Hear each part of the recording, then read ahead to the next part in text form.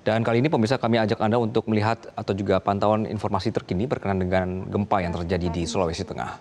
Serta menyampaikan pemutakhiran informasi kepada stakeholder dan masyarakat. Kami menghimbau kepada masyarakat untuk tetap tenang dan tidak terpengaruh oleh isu yang tidak dapat dipertanggungjawabkan kebenarannya, kemudian menghindari bangunan yang retak atau rusak diakibatkan oleh gempa bumi, dan mewaspadai gempa bumi susulan yang masih terjadi. Kemudian kami mohon agar memastikan informasi resmi hanya bersumber dari BMKG yang disebarkan melalui kanal komunikasi resmi yang telah terverifikasi seperti media sosial @info-bmkg, website www.bmkg.go.id atau Inatnews BMKG Go.id dan mobile apps Info BMKG atau WRS BMKG. Demikian informasi ini kami sampaikan. Wassalamualaikum warahmatullahi wabarakatuh. Baik, terima kasih kepada Ibu Deputi Bidang Geofisika Ibu Nelly Floridariama yang telah menyampaikan substansi terkait update gempa bumi M6,7 Palu, Sulawesi Tengah. Untuk itu apakah ada tambahan dari Bapak Dr. Wijayanto?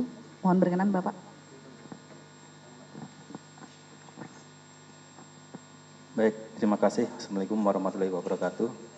Saya menambahkan informasi ya. Jadi berdasarkan data modeling yang tadi sudah kita sampaikan pada saat press release pertama. Jadi gempa bumi ini kita pastikan tidak berpotensi tsunami dari hasil model kita. Dan kita juga memantau beberapa stasiun pasang surut yang berada di sekitar wilayah sumber gempa. Yang pertama itu di wilayah Parigi kita tidak mendeteksi adanya kenaikan muka air laut.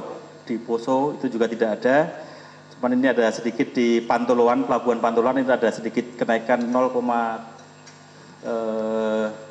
sekitar 7,5 cm ya. Jadi sangat kecil sekali. Jadi kita pastikan bahwa ini bukan gelombang yang berbahaya. Jadi diharap masyarakat tetap tenang, tidak terpengaruh dengan isu-isu apabila gempa ini menimbulkan tsunami. Terima kasih.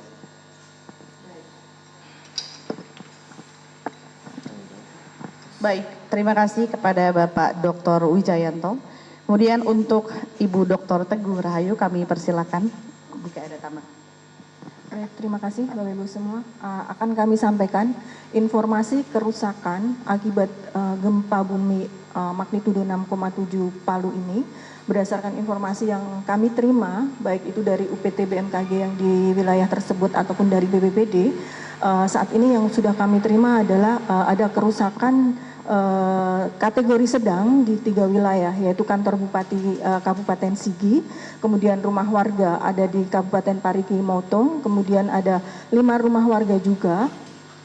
Kemudian di Kota Palu ada di Hotel Santika, kemudian ada di kafe di Kota Palu, kemudian Auditorium Universitas Tadulako, kemudian ada Hotel Best Western dan juga toko Star Kitchen. Sampai dengan jam 12 ini update-nya baru itu yang kita terima dalam kategori kerusakan non-struktural sedang.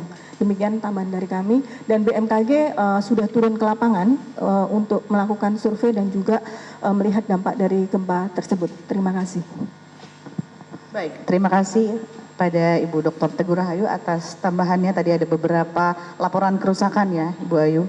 Baik, untuk itu selanjutnya kita mohon izin langsung kita buka sesi tanya jawab Ibu. Baik.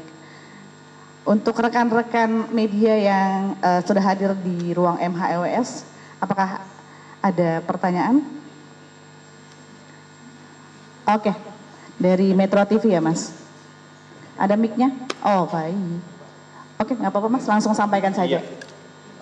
Salam Pak, Yusuf dari Metro TV. Ya. Pertama mengenai aftershock, apakah ada potensi aftershock susulan lagi, gempa susulan lagi? Yang kedua, mungkin kalau itu resiko likuifaksi dan juga longsor pas, seperti yang tadi sudah disampaikan dalam bersama Metro TV, potensi sekarang ini gimana Pak? Kemudian apakah aktivitas sesar Palu yang disebabkan gempa ini akan memicu sesar Palu Koro di wilayah sekitar dan menimbulkan gempa-gempa lanjutan berikutnya dan evaluasi untuk 24 jam ke depan seperti apa? Baik, terima kasih pertanyaannya dari Mas Yusuf Metro TV kepada Ibu Deputi Bidang Geofisika. Persilakan. Ya, nanti akan dijawab oleh Pak Wijayanto, tetapi kami sampaikan bahwa sampai saat ini memang masih terjadi aftershock. Untuk itu kami memohon untuk semua mendengarkan atau melihat informasi dari BMKG. Silakan Pak Wijay. Baik, terima kasih. Ada 4 pertanyaan tadi ya. Yang pertama terkait dengan gempa susulan. Tadi sudah kita sampaikan pada saat Ibu Deputi menyampaikan sudah ada 20 aktivitas ya, sampai dengan jam 12.00 WIB. Jadi dengan magnitudo terbesar itu 5,1. Jadi sampai saat ini kita terus memonitor. Tentunya nanti bisa dilihat di ruang operasional kita di bawah. Jadi masih ada terus aktivitas gempa susulan. Jadi gempa susulan yang terjadi itu kecil-kecil ya. Kita harap semakin ke depan itu frekuensinya semakin sedikit dan kekuatannya juga akan semakin kecil.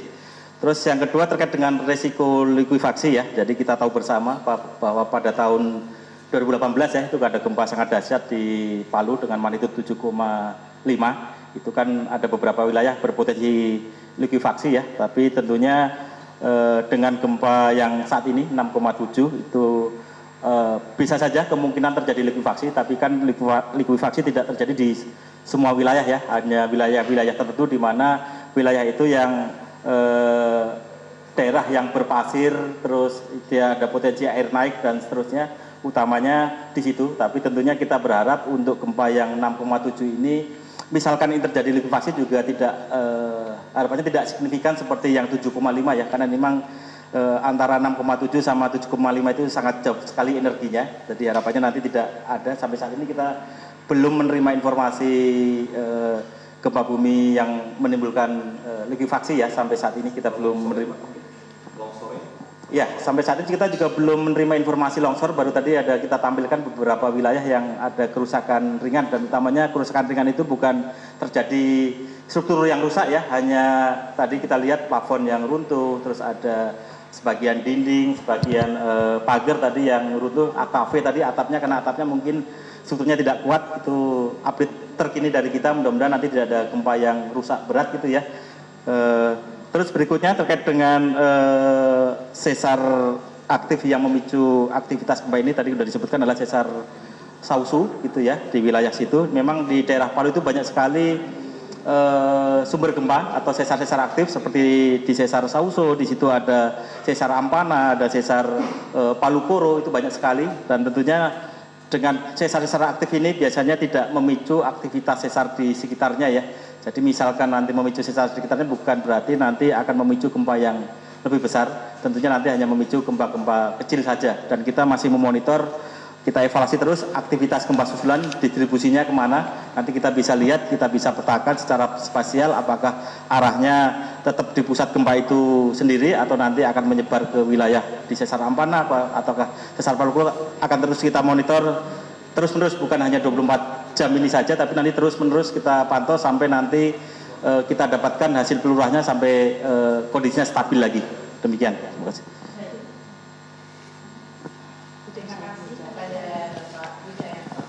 Baru mendapatkan informasi. Download Metro TV Extend sekarang.